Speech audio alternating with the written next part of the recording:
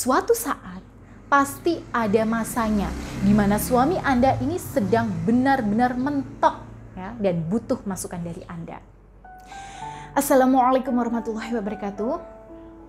Bismillahi alhamdulillah wassalatu wassalamu ala rasulillah la haula wa la quwata illa billah wa ba'du. Ya sahabat Bunda yang dirahmati Allah, beberapa waktu lalu itu saya menerima keluhan dari seorang istri ya, Bun, suami saya itu kalau saya kasih tahu dia itu nggak pernah mau dengerin, malah saya itu sering dibilang sok tahu. Aduh, sakit hati saya, Bun. Baik, karena itu di edisi kali ini saya ingin berbagi tentang cara agar pendapat istri itu didengarkan suami. Ya karena memang ya, pada umumnya suami itu cenderung egonya itu tinggi dan mau menang sendiri. Nah, jadi secara naluri sebagai laki-laki, dia tidak mau dikritik atau dinasehati oleh istrinya. Nah, apalagi ya bila istrinya itu sering memberi nasihat atau menyampaikan pendapat dengan cara menggurui. Wah, kalau Anda sampai terkesan menggurui, suami Anda itu tidak akan pernah lagi percaya kepada Anda. Ya, bukan karena pendapat Anda itu dinilai salah, tapi karena dia tidak suka dengan cara Anda menyampaikan pendapat Anda yang terkesan itu tidak menghormati dia. Baik, lalu kalau sifatnya suami memang susah dikasih tahu, nah, saya harus bagaimana ya? Baik, menghadapi sifat suami yang sulit mendengarkan pendapat istri itu memang tidak mudah ya, tapi ya tentu saja bukan hal yang mustahil untuk dilakukan. Nah, hanya saja Anda itu butuh ilmu dan seni agar pendapat Anda itu bisa didengarkan suami. Baik, langsung saja. Yang pertama, jangan pernah Anda itu memberi nasihat, ya, kritik, atau masukan pada suami Anda ketika dia tidak memintanya.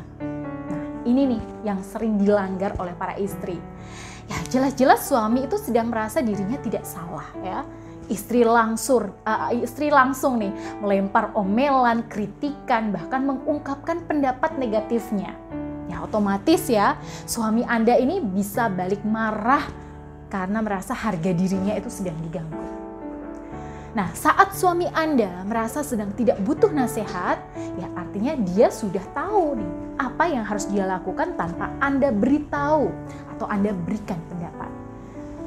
Ya, kembali lagi ke pasal tadi ya, bahwa suami itu selalu ingin tampak hebat di depan istrinya.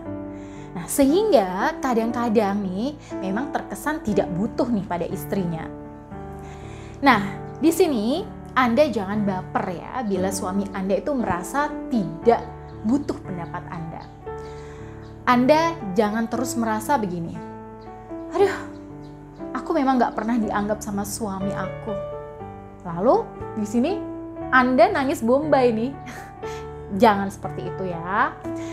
Oke, jadi yang kedua, tunjukkan selalu pada suami bahwa Anda itu selalu mendukung suami Anda dalam segala hal.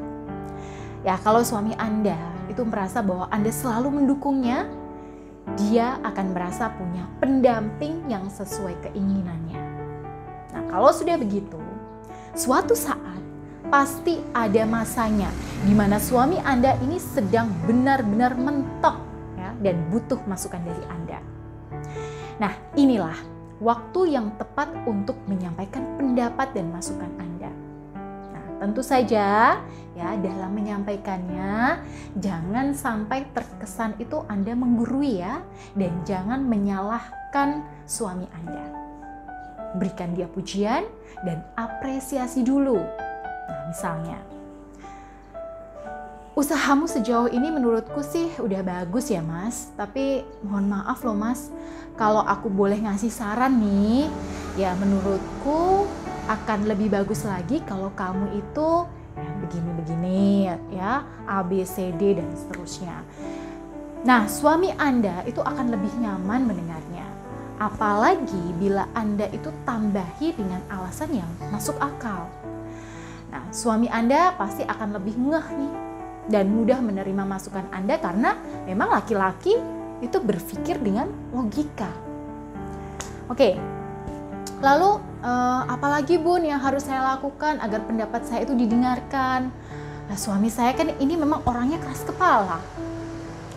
Ya, memang ya untuk meluluhkan hati suami itu selain melakukan tips saya tadi, Anda juga perlu mengiringinya dengan ikhtiar secara batin, yaitu dengan mendekatkan diri kepada Allah. Misalnya, ya dengan berzikir secara rutin dengan menggunakan tasbih karomah ar-Rahman yang energi positifnya itu insya Allah ya membantu membersihkan aura rumah tangga Anda sehingga lebih harmonis. Ya baik, semoga konten ini ya memberikan manfaat dan silahkan ya Anda bisa bagikan pada orang lain agar mereka juga bisa mendapatkan manfaat yang sama. Baik, jangan sungkan-sungkan untuk menghubungi nomor berikut ini bila ada yang ingin Anda konsultasikan terkait rumah tangga Anda. Saya Bunda Ayu, akhirul kalam. Wassalamualaikum warahmatullahi wabarakatuh.